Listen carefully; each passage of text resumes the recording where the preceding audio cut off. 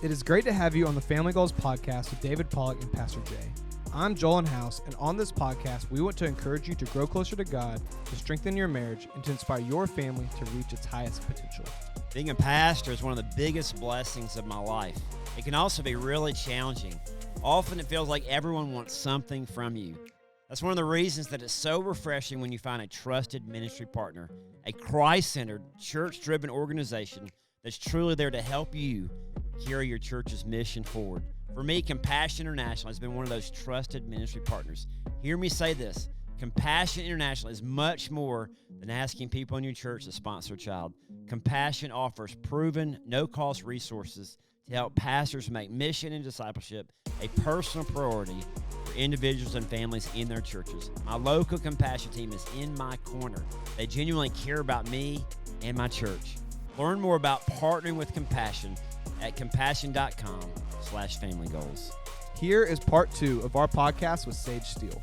I'd like to talk to you about this. Like, what about with ESPN? What about dealing with the stuff you dealt with the vaccine? You had to deal with a lot of different situations and, some coworkers, that you had to deal with that were difficult. I hope I was never one of those. I definitely never tried to be, but, talk about ESPN and what you learned from that, how you handled it, how you grew from that, and some of the challenges that you had to face at work on a daily basis.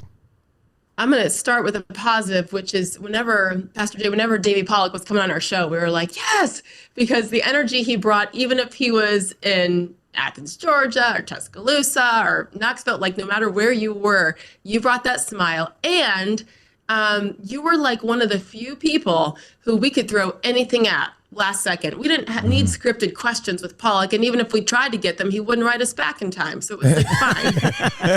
Pastor Jay knows about relate to that. We can relate. Right? He just shows up, and it's all up in the dome.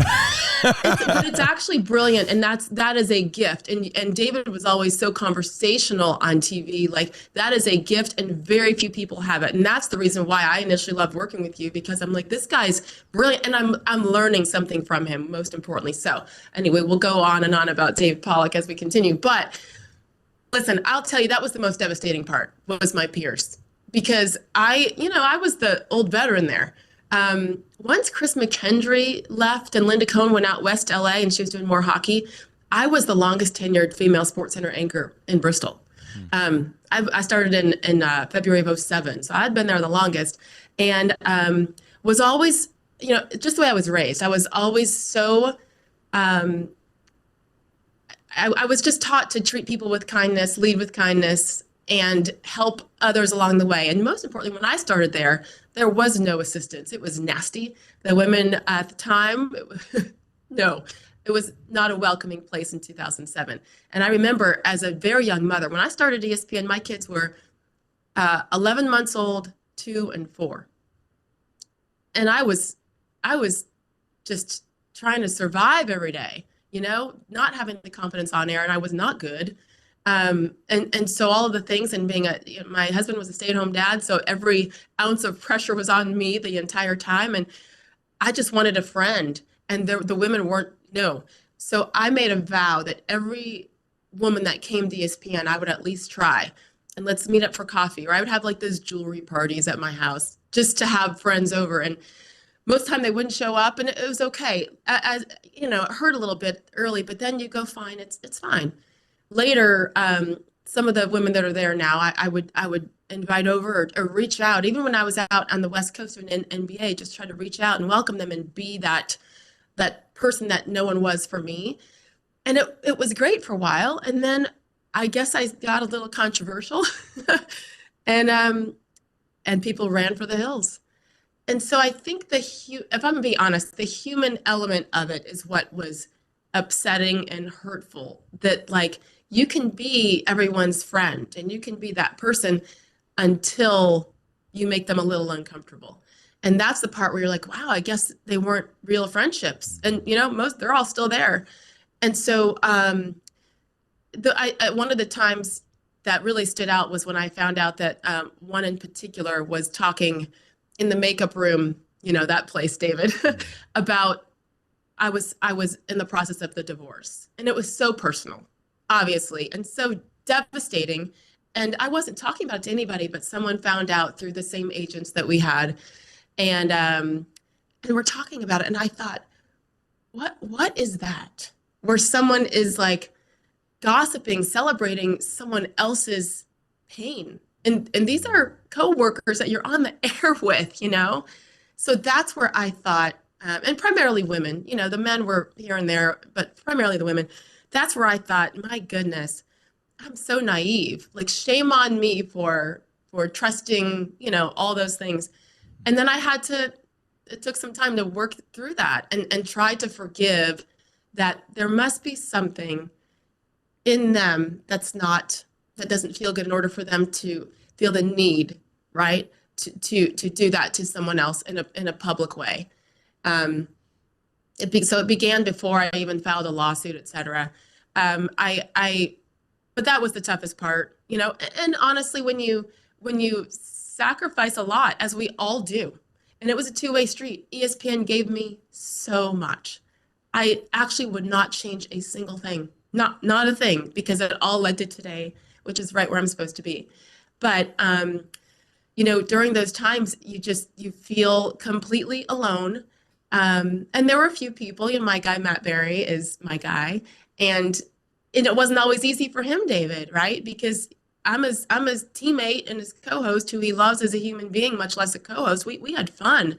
But he would take shrapnel because we were friendly on TV. Like, so what I stopped doing was I, you know, Instagram stuff, I would stop, you know, putting him in my video to make sure he didn't have to receive any negativity just because he sat next to me, right? I never told him that, but I started to move away from asking anybody to be in my stupid Instagram video because I knew that it might hurt them to be associated with me, you know? So that took probably more of a toll than I realized. I didn't realize it as much until I left. And then, you know, the silence that you hear after 17 years and when you really try to help people, and it's just not a two-way street. But it's okay, right? We have to allow ourselves to be human and to feel that. And then process it, get on your knees a lot, and I asked God to just bring me that peace, and he's brought it. So that's what I mean when I say that I wouldn't change anything, but it doesn't mean that it didn't hurt at the time. And then the biggest blessing, then I'll shut up, is that your circle gets so much smaller. And I didn't realize how small it already was. I thought it was bigger. And so now it's a blessing to know exactly who's in that circle and that they're your people no matter what. They don't care what your job title is, who likes you, who doesn't, where you live, how much money you make or don't make. They're your people. And it's just, I feel very, very blessed to have them, you know? Outstanding. Well, it's inspiring for so many people, whether you hear this or not, but for someone like yourself to stand up for the truth and speak about what is morally right, no matter what the consequences are, it's a positive impact for so many people around the world, whether you hear that or not. And so we appreciate you sticking true to your conscience and speaking the truth. Pastor Jay, I questioned it a lot. Trust me, because everyone's like, "You're an idiot. You're, you know, you have this." Why? Thank career. you. And thank you. I know. I was like, well, maybe they're right, because it was a risk. It would have been so much easier and safer and cheaper, all of the things, to just stay quiet. But I knew in my gut that I could not any longer. Once I was just speaking my truth, what was true to me, privately meaning not on ESPN platforms, et cetera, and was crushed for that. But then my peers were allowed to say all of the things on ESPN platforms. I mean, political stuff, abortion on basketball shows. Like, once I felt that hypocrisy to that level and was punished, I literally had to have a talk with myself on my knees. Like, okay, if you let this go again, because you've been doing it for years, what are you going to tell your kids? Then you're a freaking hypocrite. That's what you are, is when you preach to your children to stand up and stand tall and be proud, even if it's not popular. Stand up for the kid that's being bullied over there. don't stay quiet in class when someone says this. When you disagree with the teacher, do it with kindness, etc. And then I'm going to be silent after being, made an example of. So I knew I had to. But I knew it would be the most costly thing ever in my life. But I just knew that no matter what, I'd be okay. What am I going to be, homeless? Okay, my parents have a nice basement. I'll move in there. Like, I'll figure it out. Will they accept the dog? That's the. Hey, what about bed checks though, bro? That bedroom better be tidy. Dad's gonna be walking in there and be like, "Hold on, you better salute." Exactly. So I will say this. I'm proud of that decision that I made then, because I know that I would not have been able to live with myself any longer. To be quiet, to be a hypocrite. All these people who preach it but don't practice it, because it is easier and it is safer. I wish it hadn't taken me so long, but it's okay. And to your point, I have heard from thousands of people, thousands. And initially I heard from them when I got suspended. And then, people in different countries, I thought, and that's what happens when Disney is associated with something, right? It's global. And then when I was forced to apologize, then I heard from people who cussed me out and crushed me again, and I'll never watch you again. I'm like, no, in order to keep my job at that time, I had to apologize. No one understood. It was, it was 3 kids and me. And so you do what you have to do, but it has been really awesome in the last 7 months since I've been gone to see how many people that you are speaking for when you stand up. People at ESPN who've been like, yep. I wish I could have. Listen, we all make choices. I made the choice that I made, and I don't expect anybody else to make it. I'd have people, David, in the bathroom. Women in the bathroom would pull me aside. Part of the crew, they'd be whispering.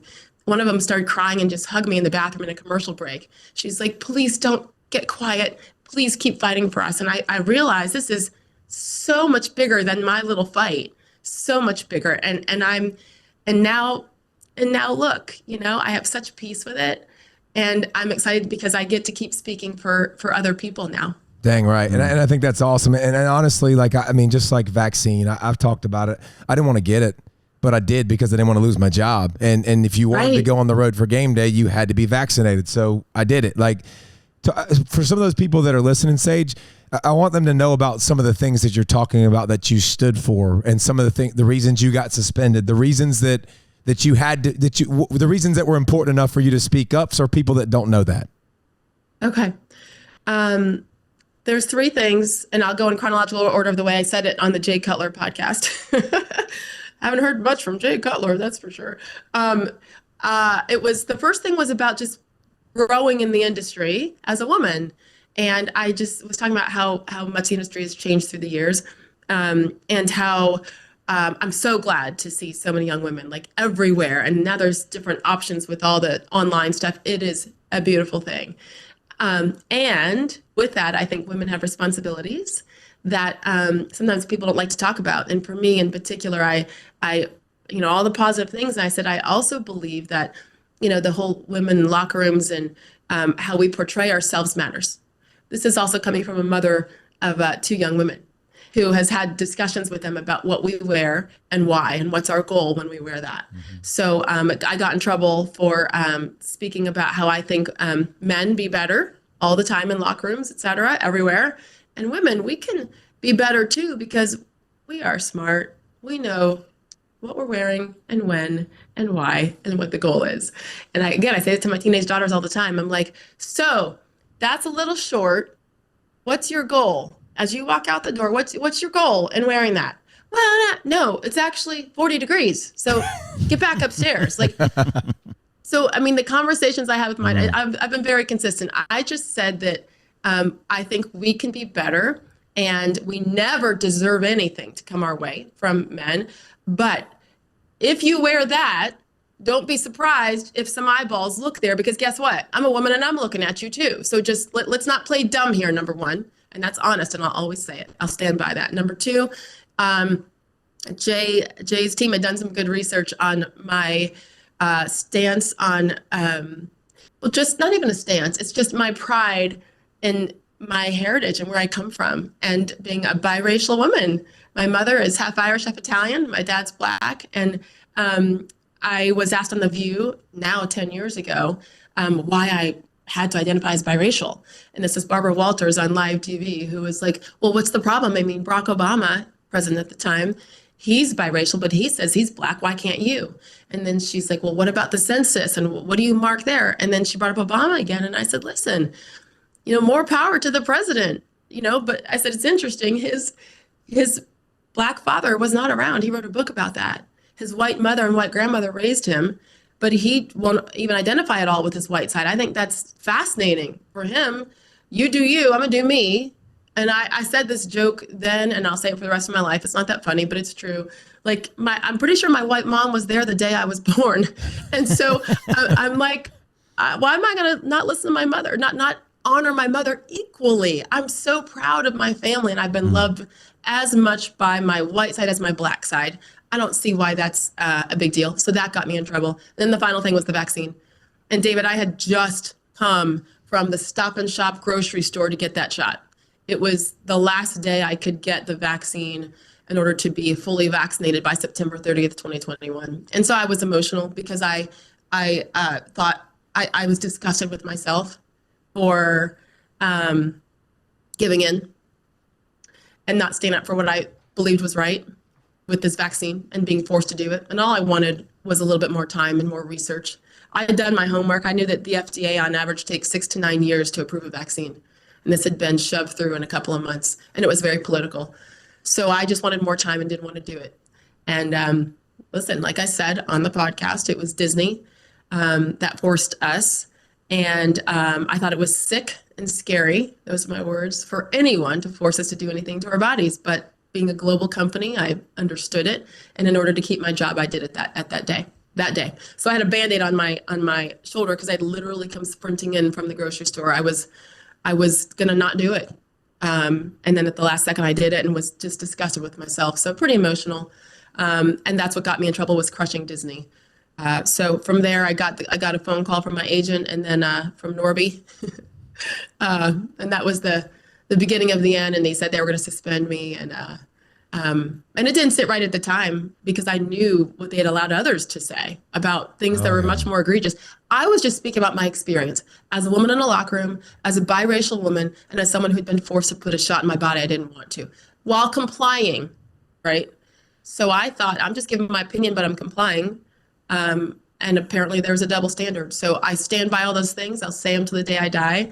And it's interesting to see what has come out about that vaccine since then, isn't it? Mm-hmm. And we realize quickly, too, is some people can say things and other people can't. Some parts of culture can say things and some parts of culture can't. I mean, for me, Christianity is one of those things where just so many people have such a problem with it right away. And they will attack you and they will say, you can't say this on air, but we can talk now more politics on air. We can talk more, like you talked about, you said abortion on air. Like, you can mention those type of things, which is just crazy. But well, I'm proud of you. That was happening during, like that was when I said those things.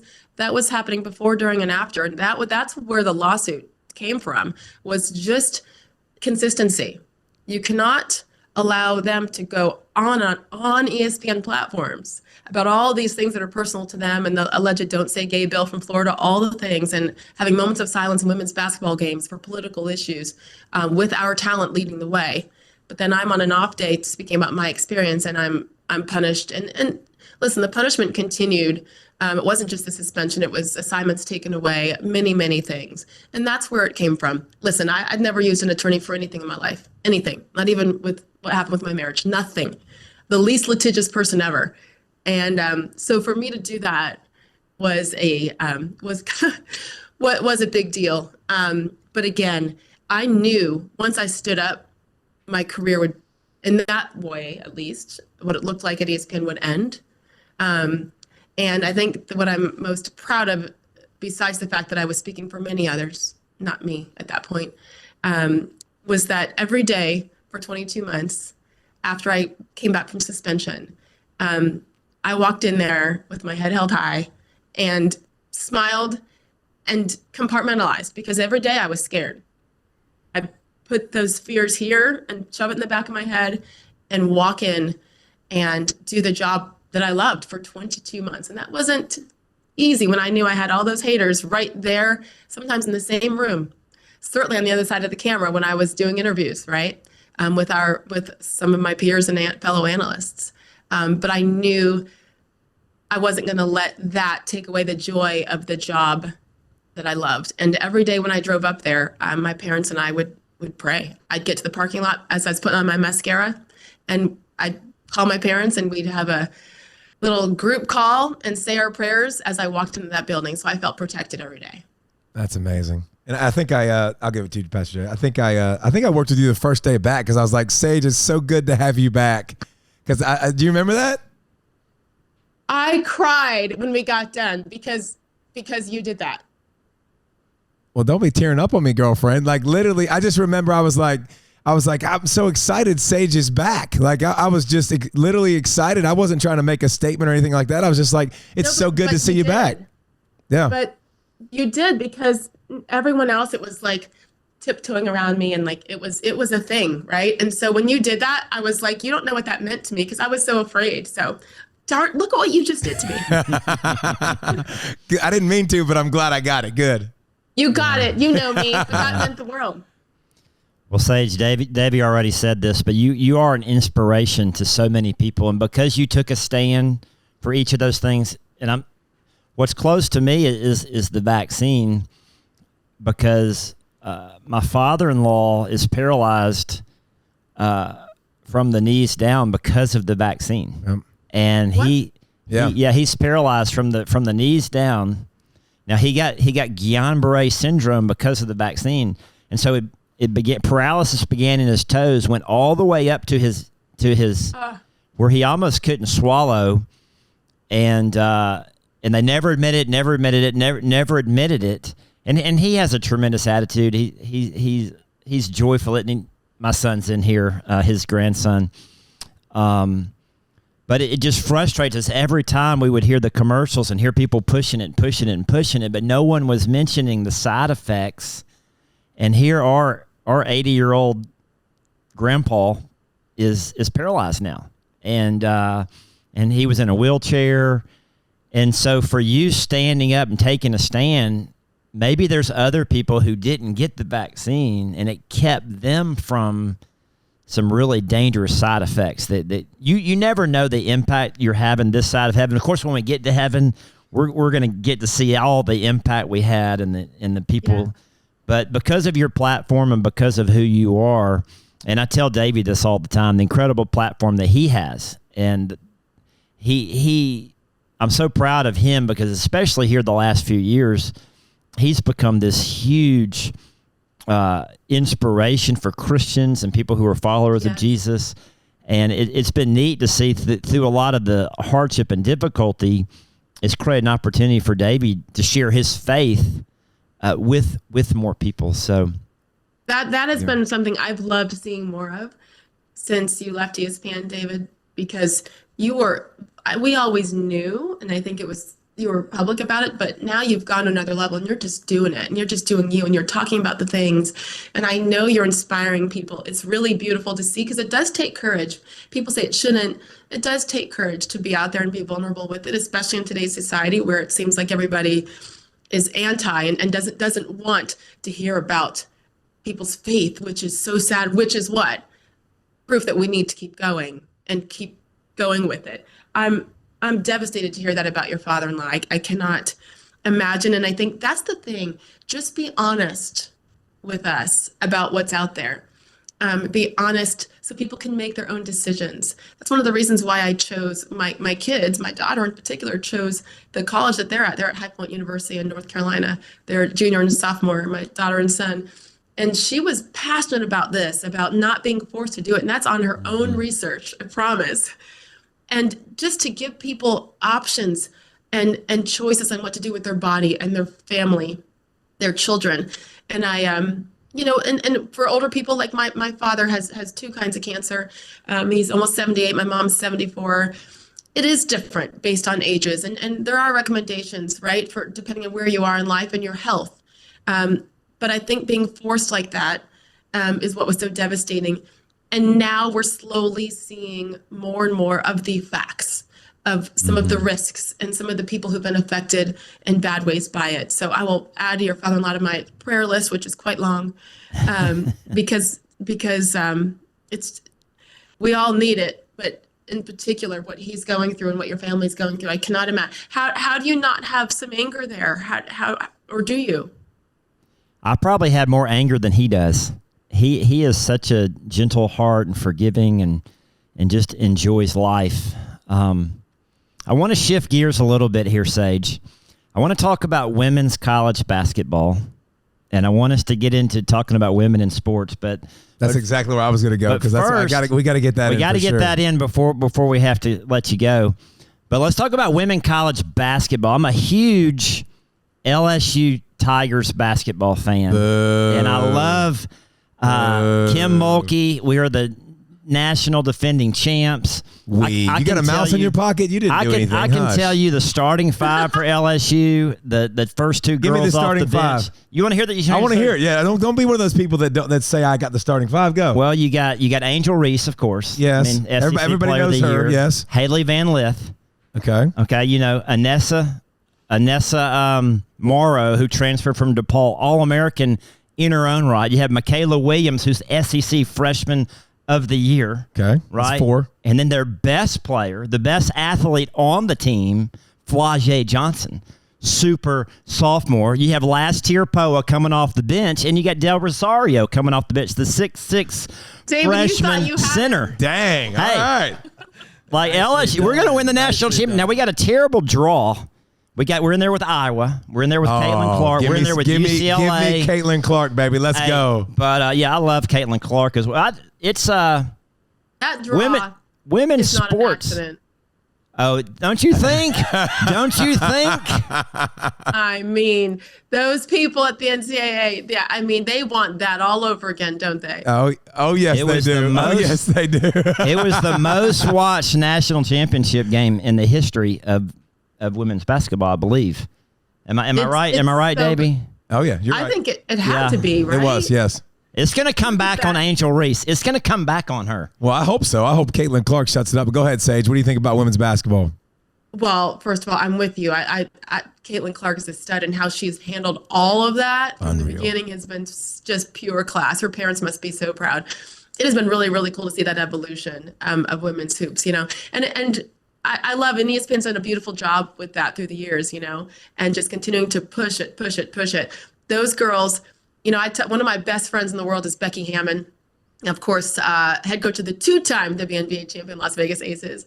And, you know, I got to know her when she was with the Spurs as the first female full-time assistant coach in the NBA. And she'll talk all day long about women's skill sets. And she talks to the LeBrons and all the guys in the NBA as well about how women's basketball skills are better than men's, period.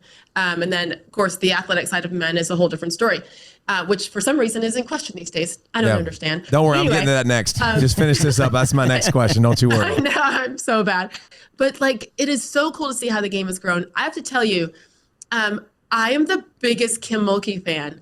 I love her. I met her after the national championship at Baylor and have followed her ever since. And then I was doing SB coverage, I guess 2018 or 2019, and they were there, and she came up to me after our segment, and she had the whole team around her and said some things I'll never forget. And she was just quite supportive of a lot of things I had said, and I hadn't even gotten crazy controversial at that point. So I have a soft spot for Kim Mulkey and her expressions and her faces. Oh my gosh. She comes up to about here on me, and I am scared to death of Kim Mulkey. Oh, yeah. My wife likes to just watch Kim. Yeah. She just watches Kim on the sidelines we watch all the LSU women's basketball games. Apparently. Yeah, we do. And she just watches Kim on the sidelines the whole time. She's interested in her outfit. Well, she's always got the nice outfit. She's always got the nice outfit. And then those facial expressions. Oh man. She wears those. She's country too now. The fashion sense in women's college basketball, you can even some of the UConn assistant coaches, Chris, I forgot her last name. She's always been fashion forward at Notre Dame. And think about, I was thinking of the former Notre Dame coach. why am I blanking on her name now? Anyway, like, Muffet McGraw, like Muffet. always with the clothes. So that's always fun to watch. But Mulkey brings it. I'm pretty sure some of the clothes that she wears way more than her, and it doesn't even matter. I just am obsessed with her. But I'd love to see Caitlin get it because she's taken such flack for being great. What is that? Because they didn't do that. They don't do that to any of the other women's hoops players. What is that? Huh. It's weird. It's very strange that she gets hate in different areas that other people don't, and it's okay. I'm not gonna draw any parallels. Last question. Okay, I'm in this fight firmly with you. I'm shocked that it's a fight, and I've been shocked. I stood silent for a while and I watched it, and I'm like, all right, not my place because I'm a man. It's not my place to jump in and defend women's sports. But as I sit back and I sat by longer and longer, I'm like, how do we not understand the difference between a man and a woman? Like, I don't understand the transgender situation, and you're standing up for it. Thank God. Like, and you've got a powerful voice for it, but how did you get? What made you stand up for this? Why is it important to you? And tell us a little bit about your stance. It goes back to when I first started reading about what was happening with Leah Thomas and Riley Gaines, and that was like September of 2022. And I remember being on SportsCenter and being like, "What? Why aren't we talking about this?" And they'd say, "Well, no," and I go, "No. We've done this nowhere." I mean, the perfect place, because on the noon SportsCenter, noon Eastern, they still do, I believe, I don't watch anymore, the Outside the Line segment with Jeremy Schaap. And I'm like, that's a good 8, 10, 12, 14-minute segment to dive into a topic like that deserves some coverage. Nobody would touch it. And it made me so mad. And they're like, well, it's on ESPN.com. So I started to just get ticked off about that. And oh, by the way, no horse in this race either. My daughters at that point had really, their competitive days in sports were over. So it's not like I'm fighting for my daughters to not be in, locker rooms with men or boys. This is just right and wrong. This is black and white. I don't understand this. And then when Riley really started to speak up, I go back to March a year ago when the whole Women's History Month stuff came out. And unfortunately, ESPN made some bad choices, in particular to have Leah Thomas featured as a woman, one of the most influential women's history stuff. And I just lost my mind. And I remember they had asked me to voice over a couple of those, and I did them. And I thought to myself, it's a good thing they didn't ask me to voice that one over, because it wouldn't have happened and I would have had some choice words. They knew better than to ask me that. But when that blew up, that's when I started to speak up, because I'm like, this is ridiculous. And Riley is out there fighting by herself. And this is wrong. There are all these women in our industry who have a platform, who have a voice, who say they fight and stand up for women's sport, but are freaking silent right now. And it made me sick. I'd been on the face of ESPNW, that yearly summit that we'd have. We'd bring all the women together in the sports industry, and executives, male executives as well, conference commissioners, you name it. Silence from all of them. And I just thought, this is so wrong. And then I didn't think it was really an issue, though, because I thought, we're ESPN and we support women so much. Of course, there won't be an issue with me speaking up about this. And there was. And then I got an email saying, shh. So I just thought to myself, this is a hill I will die on, because no one can tell me that I'm wrong about this. It's the silence that speaks volumes, right?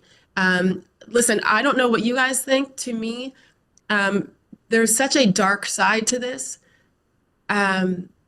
There's some evil involved in this. That's the only word I know to use, because of what's happening in that community in general, and the surgeries that are taking place, and what they're doing to our children. What's happening in many states, in particular California, where parents don't have to even be notified when they're going to start to talk to these kids and give them hormone blockers, pre-puberty. There's no other way to describe this to me besides evil. And if we are silent about this, then we have blood on our hands. And I mean that. I'm not trying to be dramatic.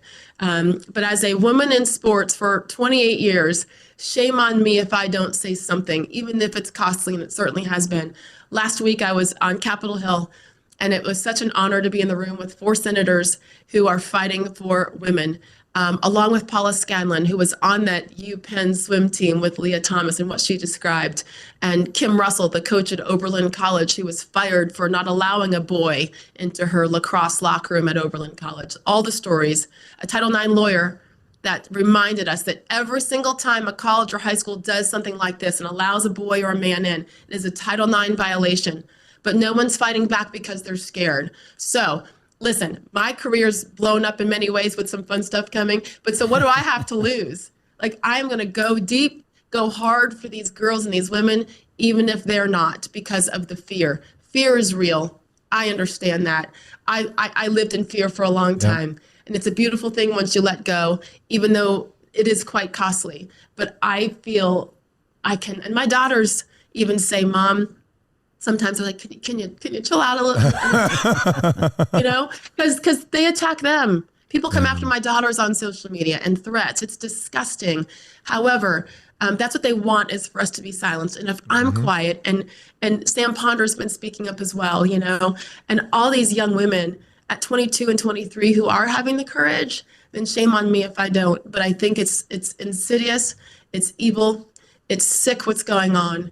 And if we don't stand up, and men, more of you, David, because yes, you have a daughter. Where are all my dads out there? All your former co-workers at ESPN, right? All of those analysts who have daughters playing sports and they're silent. It is not okay. And I'm just going to keep begging others to join us. Well, you got me, I can promise. And we're thankful. We're thankful for you, Sage, and your heart, and to share struggles, because we all got them. And whether we want to talk about them or not, like, we've all got scars, and some of them you can see and they're physical, but some of them you can't. And it's life's hard, but we love what you're saying, your message of perseverance. You're praying with your parents as you're walking in the building to go fight hard things. Keep fighting. And here's the cool thing. The cool thing that I see for you in the future is God didn't take away anything from you. It's literally just redirecting it for his purpose that's going to be even bigger, a bigger impact, a more impactful, right? More fun for you. And I have a feeling we'll be hearing some big news soon, and you'll be doing some big things. So thank you for joining us. Listen, thank you. And thank you for always believing in me, even when I didn't. I feel so blessed in so many ways, and I'm so grateful to God for every single day. It's so humbling that I'm still here able to talk. I'm sorry that I cried. I'm sorry that I got emotional. You brought it out of me, darn it. So, but thank you for having me, you guys. I love what you're doing. Sage, you're an inspiration to so many people. We appreciate you opening your heart and your life to us, speaking the truth in love. And I want to leave you with this. Don't let somebody else's agenda get in the way of God's assignment for your life, because he has a big plan for your life. And it's the best is yet to come for Sage Steele. Such a blessing. Pastor Jay, it's nice to meet you. Nice to meet you. And please tell your father-in-law I'm thinking of him. I will. I can see God's light in you. You shine bright. Feel it. Thanks. I feel it. Yeah. Thank you. All right, have a good one, Sage. Thank you for listening to this week's Family Goals podcast with David Pollack and Pastor Jay. The greatest thing we can do as Christians is standing up for what we believe in. Sage is a perfect example for this. No matter what the consequences were, stand for what you believe in. Sage really got to see who her real friends were when her circle got smaller, but it's such a blessing to know who's going to be there for you in the good times and in the hard times, in the mountaintops and the valleys, those people that are going to be with you in the foxhole, those foxhole friends. When we stand for the truth, we aren't just standing up for ourselves, but we're standing up for those that are too scared to stand up. Let's step out in faith and stand for what we believe in. No matter what you're going through or what you've done, there is grace, period. Believe that, live by it, stand for the truth. It is so worth it in the end. If you found this episode helpful, encouraging, or entertaining, please let us know by subscribing to the podcast or by writing a review. You can also reach us on Instagram and Twitter @FamilyGoalsPod. Thank you again for listening to the Family Goals Podcast, and we'll catch you next week.